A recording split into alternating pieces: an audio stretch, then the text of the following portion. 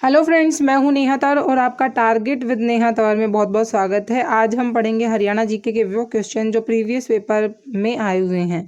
तो previous paper पर आधारित क्वेश्चन आज हम पढ़ेंगे। सबसे पहला क्वेश्चन, हरियाणा में सिंचाई विभाग का मुख्यालय कहाँ पे है? पंचकूला में, और इसकी स्थापना 1974 में हुई थी। और भी विभाग हैं जैसे कि HSC, HPSC, सिंचाई, बीज प्रमाणीकरण और हरियाणा उर्दू अकादमी। तो इन सब का मुख्यालय कहाँ पे हो जाएगा? पंचकूला में। HSC, HPSC, सिंचाई, बीज प्रमाणीकरण, हरियाणा उर्दू अकादमी। और अलग से एक क्वेश्चन बनता है, हरियाणा साहित्य अकादमी का कहाँ पे है? चंडीगढ़।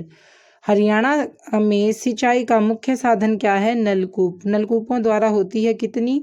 51.12%। ये डाटा भी याद रख लेंगे। और नहर से कितनी होती है? 48.36%। तो मुख्य सिंचाई का साधन है नलकूप, 51.12। जूही नहर परियोजना कहाँ है? भिवानी में, और इसकी लंबाई है 170 किलोमीटर। और भी हैं कौन कौन सी? लोहार, जो कि जिसको कि इंदिरा नहर के नाम से जान सकते हैं। नेक्स्ट है भिवानी नहर, जिसकी है 220। तो जूही की 170, लोहार की 225, जिसको कि इंदिरा नहर भी कहते हैं। भिवानी नहर 220, जिसको कि वीरेंद्र नारायण चक्रवर्ती नहर भी कहते हैं। हिमाचल के सिरमौर से सरस्वती नदी निकलती है। और सरस्वती नदी का अंतिम स्थल, खुदाई स्थल पूछा जाए तो बेगू। और बेगू कहाँ पे है भाई? सिरसा में। मारकंडा और टांगरी नदी के जल को घग्गर में मिला देती है सरस्वती नदी। मारकंडा और टांगरी के जल को मिला देती है सरस्वती नदी। पंजाब के संगरूर में घग्गर में मिल जाती है सरस्वती नदी।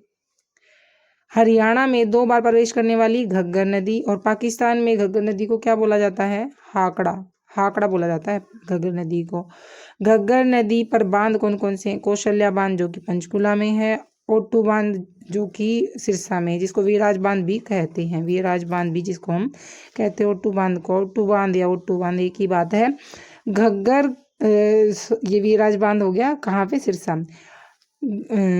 और घग्गर का उद्गम स्थल कहाँ है? शिमला के डागशाही से।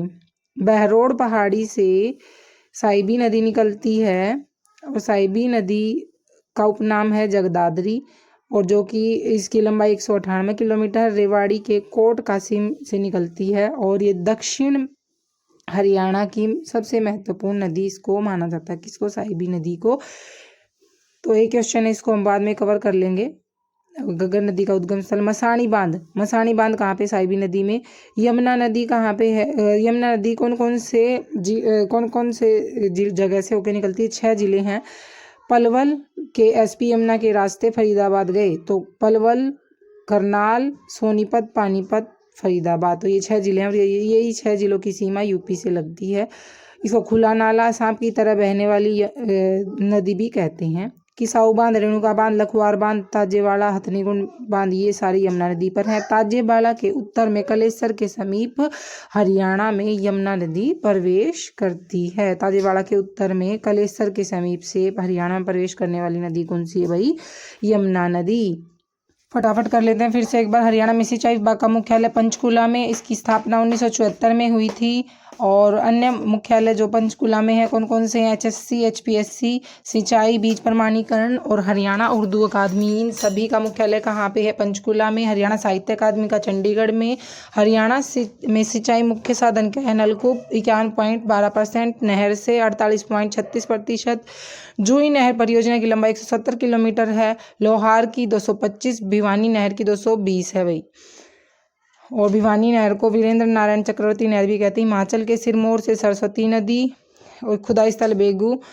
मारकंडा और टांगरी नदी के जल को घग्गर में मिलाती सरस्वती नदी। पंजाब के संगरूर में घग्गर में मिल जाती है सरस्वती नदी। हरियाणा में 2 बार प्रवेश करती है घग्गर नदी, इसको पाकिस्तान में हाकड़ा कहते हैं। घग्गर नदी पर बांध है 2, कौशल्या बांध और ओट्टू बांध। कौशल्या बांध पंचकूला में, ओट्टू बांध सिरसा में। बहरोड़ पहाड़ी से साइबी नदी निकलती है, 198 किलोमीटर रेवाड़ी के कोट कासिम से प्रवेश करती है। और जो कि घग्गर का उद्गम स्थल कहाँ से है? घग्गर नदी का शिमला के डागसाई से, जो कि 1927 मीटर की ऊंचाई से गिरती है। नेक्स्ट है 1927 मीटर की ऊंचाई से गिरती है घग्गर नदी। नेक्स्ट है यमुना नदी। यमुना नदी 6 जिलों से होकर गुजरती है। पलवल, करनाल, सोनीपत, पानीपत, फरीदाबाद। खुला नाला भी कहते हैं, सांप की तरह बहती और बांध है इस पे किसाऊ, रेणुका, लखवार, ताजेवाड़ा। ताजेवाड़ा के उत्तर में कलेसर के समीप ये प्रवेश करती है यमुना नदी। तो ये थे हमारे क्वेश्चन। अब हम नेक्स्ट क्वेश्चन करेंगे। थोड़ा सा हमने इसको रिवाइज भी कर लिया है। अब हम करेंगे साइंस के क्वेश्चन जो कि प्रीवियस पेपर पे ही आधारित हैं। मोस्ट इम्पोर्टेंट क्वेश्चन नेफ्रॉन से जुड़े होते हैं। किससे जुड़े होते हैं नेफ्रॉन? उत्सर्जी तंत्र से। उत्सर्जी तंत्र से। वैसे तो उत्सर्जी तंत्र में बहुत सारी चीज़ें आ जाती हैं। एक किडनी में कितने नेफ्रॉन होते हैं? 1,00,000 नेफ्रॉन होते हैं एक किडनी में। भोजन को छानने का कार्य, शरीर में भोजन को छानने का कार्य यकृत लीवर करता है और शरीर में पानी या लिक्विड को छानने का कार्य किडनी करती है भाई। और अस्थि मवन परीक्षण किसका पता लगाने के लिए किया जाता है? अंतरिम आयु का पता लगाने के लिए अस्थि मवन परीक्षण किया जाता है। मांसपेशियों की संख्या 639। मांसपेशियों की संख्या 639। सबसे बड़ा श्वेत रुधिराणु WBC थ्रोम्बोसाइट। सबसे बड़ा WBC थ्रोम्बोसाइट्स। एड्स के विषाणु नष्ट कर देते हैं।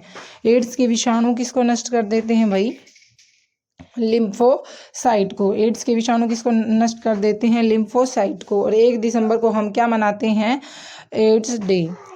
सिफिलिस, गोनेरिया और एड्स तीनों ही सेक्सुअल ट्रांसफर डिजीज हैं। Syphilis, gonorrhoea, AIDS. ट्रैकोमा बीमारी आंख का रोग है ये। ट्रैकोमा आंख का रोग है। शरीर में सबसे बड़ी अंतःस्रावी ग्रंथि पूछी जाए तो थायराइड, और ये कहाँ होती है? नेक में, गर्दन में।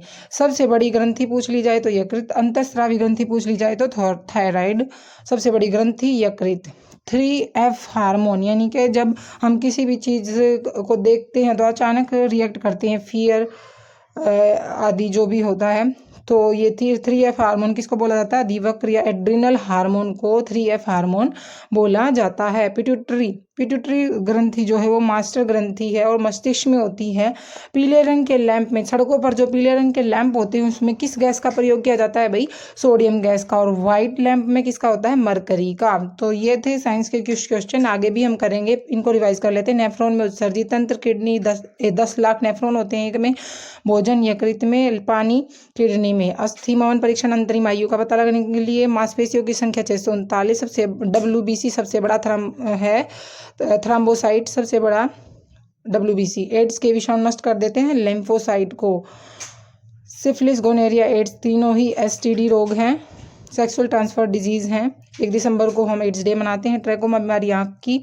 शरीर में सबसे बड़ी अंतःस्रावी ग्रंथि थायराइड जो कि नेक में होती है। सबसे बड़ी ग्रंथि पूछी जाए तो यकृत होती है। 3F हार्मोन एड्रिनल हार्मोन होता है। पिट्यूटरी ग्रंथि को मास्टर ग्रंथि कहते हैं, मस्तिष्क में होती है। पीले रंग के लैंप में किस गैस का प्रयोग किया जाता है भाई? सोडियम गैस का। और व्हाइट में किसका प्रयोग किया जाता है? मरकरी का। मिलते हैं नेक्स्ट वीडियो में ऐसे ही क्वेश्चंस के साथ।